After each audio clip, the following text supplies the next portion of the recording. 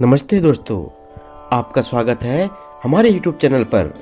आज हम आपको लेकर जा रहे हैं एक सुंदर स्थान की यात्रा जो हिमालय की गोद में स्थित है, उत्तराखंड का प्रिय नगर देवप्रयाग। देवप्रयाग भारतीय सांस्कृतिक और धार्मिक विरासत का एक अद्वितीय केंद्र है। यहाँ भागीरथी और अलकनंदा नदी का मिलन होता है। यहाँ की पवित्रता और शांति का अद्वितीय अनुभव करने के लिए लोग यहाँ आते हैं। हम इस यात्रा में देवप्रयाग के प्रमुख पर्यटन स्थलों, मंदिरों और आकर्षणों को देखेंगे जो एक स्थान को एक अद्वितीय और आध्यात्मिक महत्वपूर्ण स्थान बनाते हैं। इस यात्रा में हम आपको इस प्राचीन नगर की रहनुमाई, स्थानीय सांस्कृतिक विविधता और शांति भरे माहौल के साथ परिचित कराएंगे। तो बैठिए और मेरे साथ इस यात्रा में चलें। अगर आपको यह वीडियो पसंद आए तो लाइक करें, सब्सक्राइब करें और बेल आइकन दबाएं ताकि हम आपके नए वीडियो से अपडेट करा सकें। चलिए शुरुआत करते हैं। आप इसे अपनी यात्रा के हिसाब से अनुकूलित कर सकते हैं और उसमें और भी जानकारी शामिल कर सकते हैं।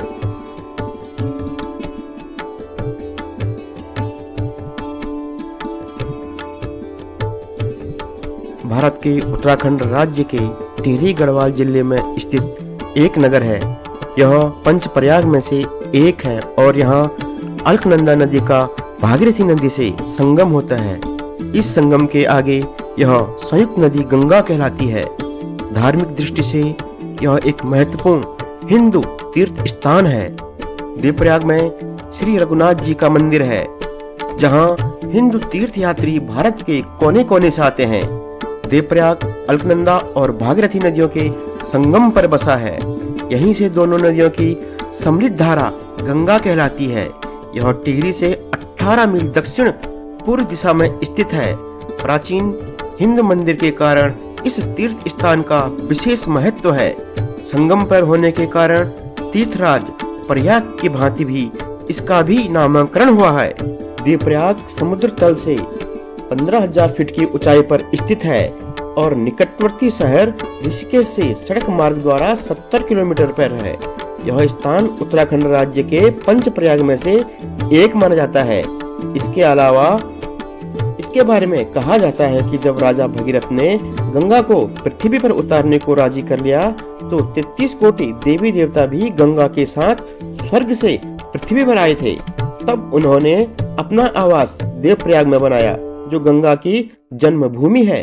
भागीरथी और अलकनंदा के संगम के बाद यहीं से पवित्र नदी गंगा का उद्गम हुआ और यहीं पहली बार यह नदी गंगा के नाम से जाने लगी। गढ़वाल क्षेत्र में मान्यता अनुसार भागीरथी नदी को सास तथा अलकनंदा नदी को बहू कहा जाता है। यहाँ के मुख्य आकर्षक में संगम के अलावा एक शिव मंदिर तथा रघुनाथ मंदिर हैं, जिनमें रघुनाथ मंदिर द्रविड़ शैली से निर्मित है।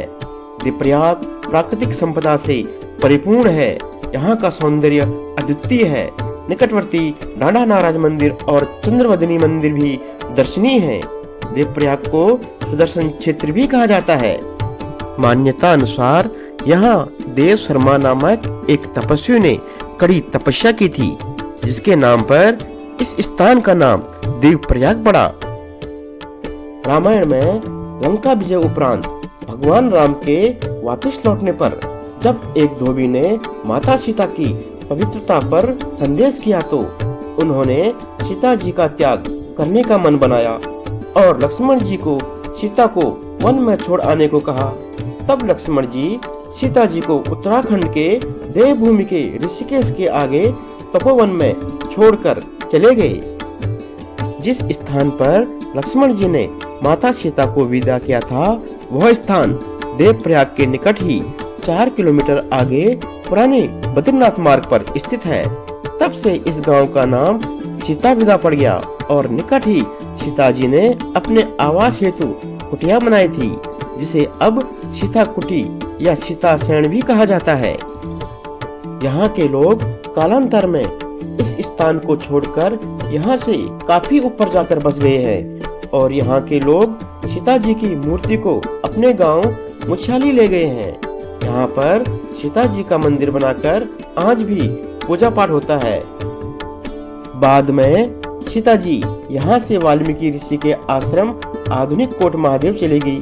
त्रेता युग में रावण भ्राताओं का वध करने के पश्चात कुछ वर्ष अयोध्या में राज्य करके भगवान राम ब्रह्म हत्या के दोष निवारण हेतु सीता जी लक्ष्मण जी सहित देवप्रयाग में अलकनंदा भागीरथी के संगम पर तपस्या करने आए थे।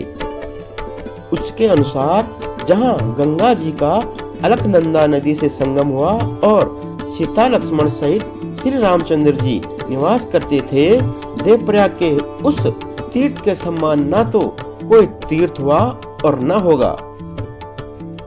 दशरथ आत्मज में रामचंद्र जी का लक्ष्मण सहित देवप्रयाग आने का उल्लेख मिलता है तथा रामचंद्र जी के देवप्रयाग आने और विश्वेश्वर लिंग की स्थापना करने का उल्लेख मिलता है। देवप्रयाग से आगे श्रीनगर में रामचंद्र जी द्वारा प्रतिदिन सहस्त्र कमल पुष्पों से कमलेश्वर महादेव जी की पूजा करने का वर्णन मिलता है। रामायण में सीता जी के दूसरे वनवास के समय में रामचंद्र जी के आदेशानुसार लक्ष्मण द्वारा सीता जी को ऋषियों के तपोवन में छोड़ आने का वर्णन मिलता है। उत्तराखंड में आज भी दो स्थानों का नाम तपोवन है, एक जोशीमठ से 7 मील उत्तर में नीति मार्ग पर तथा दूसरा ऋषिकेश के निकट तपोवन है। केदारखंड में रामचंद्र जी का सीता और लक्ष्मण जी सहित देवप्रयाग पधारने का वर्णन मिलता है।